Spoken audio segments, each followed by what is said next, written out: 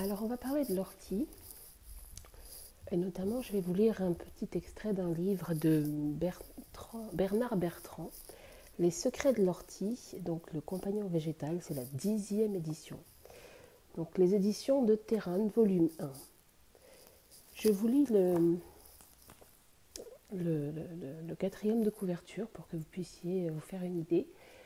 Et puis, je m'en vais vous citer un extrait qui m'a paru délectable et que j'avais hâte de partager.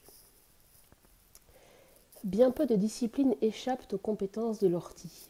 Partout elle rend service, de l'étable au jardin, en passant par la cuisine et la pharmacie, sans oublier bien sûr le tissage.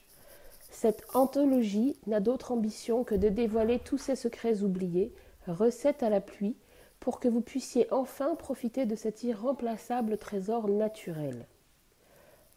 Un fou amoureux des plantes sauvages livre des dizaines de recettes toutes aussi savantes que succulentes, dit Nicolas Fichot du Parisien. Autant de qualités détaillées pour nous dans un petit livre rempli d'anecdotes qui vous réconciliera avec les orties, dit Elisabeth Herberco de l'Ami des Jardins. Un livre peu ordinaire à la gloire de l'ortie qui ne manque pas de piquant, un livre événement, dit Jean-Pierre François de la Dépêche du Midi. La Bible de l'ortie, Michel Lesage, Potin d'ortie. 50 000, donc édition largement complétée et enrichie. Ça coûte 12 € pour ceux qui ont envie. C'est vraiment quelque chose de... C'est un livre vraiment très chouette qu'on ouvre de temps en temps, mais qui fait beaucoup de bien. C'est parti pour l'extrait de la page 54, donc du livre Les secrets de l'ortie, de Bernard Bertrand. Que l'on aime ou que l'on la haïsse, l'ortie n'a jamais laissé indifférent. Il faut dire qu'elle est armée pour ça. Aussi est-il tout naturel qu'elle ait marqué de son empreinte les cultures traditionnelles et populaires.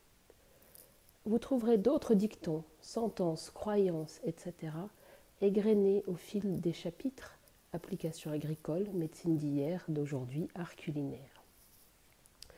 Dans la série des dictons et expressions populaires, vous êtes gracieux comme une poignée d'ortie, qui désigne une personne fort désagréable.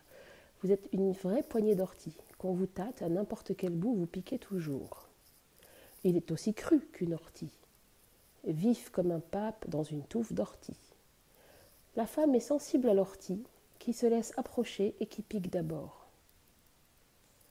Être sur des orties, avoir le cul sur des orties, ne pas être vraiment à son aise. L'ortie est poignante, fou et qui la plante, mieux vaut le persil. La foudre ne tombe pas sur l'ortie. Proverbe serbe. Le jardin est belle et noble, où ortie ne peut venir en sa maison. Heureuse la maison où ne peut s'introduire la trahison. L'incontestable don d'observation de nos aïeux a donné lieu à plusieurs expressions qui ne manquent pas de sel. Leur signification s'éclaira lorsque vous aurez brillamment répondu à la petite devinette ci-dessous. D'après vous, quelle est la feuille la plus propre autour de la maison? C'est l'ortie, celle de l'ortie, parce qu'on ne peut s'en servir pour se torcher le derrière, dit M. Roland. À votre pire ennemi, vous pourriez souhaiter cette mésaventure. Je prie à Dieu que, quand vous voudrez chier, n'ayez en clarté nulle sorte qu'en la main une ortie bien forte puissiez trouver pour torchier le bordier. Recueil de poésie française de 1856. Il y a plein de belles petites phrases sur les orties, les blagues d'orties. Pousse pas mémé dans les orties. Mais entre les croyances, le folklore, le langage des fleurs, ou les informations concernant les jeux érotiques et les vertus aphrodisiaques de l'ortie, moi je voulais vous expliquer pourquoi j'avais choisi cette plante. Et notamment parce que on peut, dit-on, prendre de la graine d'ortie pulvérisée et mélangée à du poivre et du miel. Bu dans du vin, elle excite grandement la verge au point d'éveiller aussitôt la luxure délectable aux femmes. Ça c'est pour les vertus aphrodisiaques dans le chapitre médecine d'hier et d'aujourd'hui. N'était-ce pas la plante de Vénus par excellence?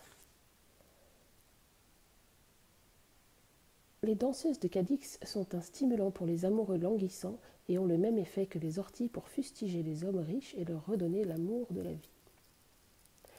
Proche du jeu est la partie initiatique qui permet aux jeunes de passer de l'état d'enfant à celui d'adulte. Pratiquée sous forme de rituels précis, l'initiation se déroule au cours de cérémonies savamment orchestrées par un sorcier local. C'est en Afrique que ces traditions sont les plus vivaces. En Nouvelle-Guinée, l'épreuve de l'ortie brûlante permet aux jeunes garçons encore vierges d'évacuer le sang féminin qui coule en eux. Cette purification est obtenue après 3 jours de flagellation intensive. Cette pratique est censée stimuler la croissance et ouvrir la peau pour permettre à toute féminité de sortir du corps de l'adolescent. Une fois les fluides féminins extirpés, on révèle au nouvel initié le secret des flûtes, appel du sperme par fellation. L'homme découvrira ainsi sa virilité. Dans la catégorie rêve, si vous rêvez d'ortie, il y a fort à parier que vous manigancez quelques petites méchancetés. Ça, c'est le dictionnaire des sciences occultes de 1937. L'ortie est un peu comme le crocodile, c'est enfant qu'elle est la plus charmante. Rares sont les artistes du domaine artistique à avoir représenté l'ortie dans leur tableau. Citons tout de même une toile d'Albrecht Dürer où l'on voit un ange s'envoler, une ortie à la main.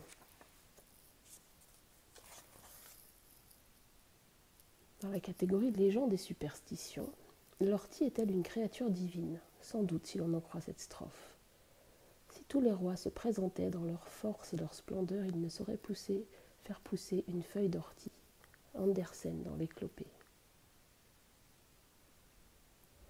Un texte celte fait référence à l'ortie. Selon Marcal, il s'agit d'une forme de magie végétale qui relate la création d'une femme fleur par le dieu magicien Mat.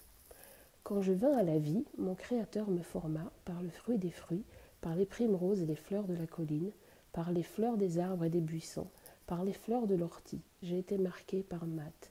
J'ai été marqué par Gwydion et par les savants enfants de Mat. Au Moyen-Âge, l'ortie s'utilise dans les rituels magiques. Elle entre dans la composition d'onguents et de crèmes au pouvoir surnaturel.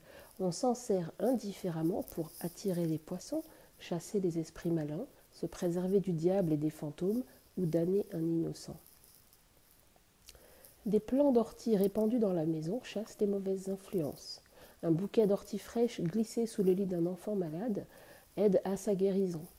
Pour prendre aisément un poisson à la main dans les rivières, il faut s'enduire la peau de suc d'ortie mélangé à celui d'estragon.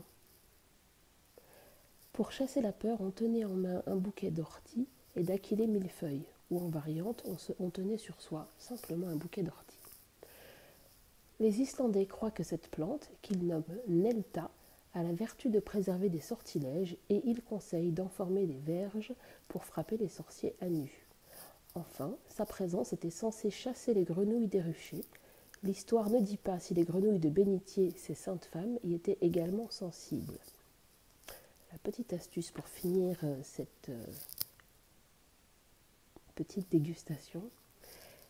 Pas de panique, si vous êtes victime d'un jeteur de sorts, vous pouvez détourner le maléfice de son but et le renvoyer à son expéditeur en confectionnant une poupée remplie d'ortie et de feuilles et de tiges d'ortie piquantes. Tan, tan, tan, tan. Voilà, je voulais partager ça avec vous parce qu'en fait c'est un beau livre. Et pour ceux qui veulent aller vraiment plus loin et comprendre pourquoi j'ai choisi cette plante comme étant l'une des stars de mes matières premières fétiches, eh bien vous en savez déjà un petit peu plus et vous aurez moyen d'aller vous renseigner. La prochaine fois, je vous parlerai du livre de Fabrice Bardot, La pharmacie du bon Dieu, et on partagera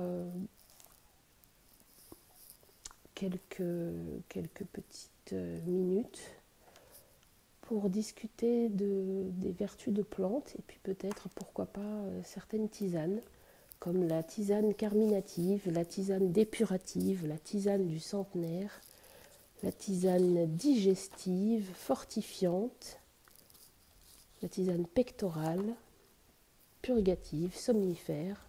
Il y a plein de choses à voir, on en reparle bientôt. À bientôt.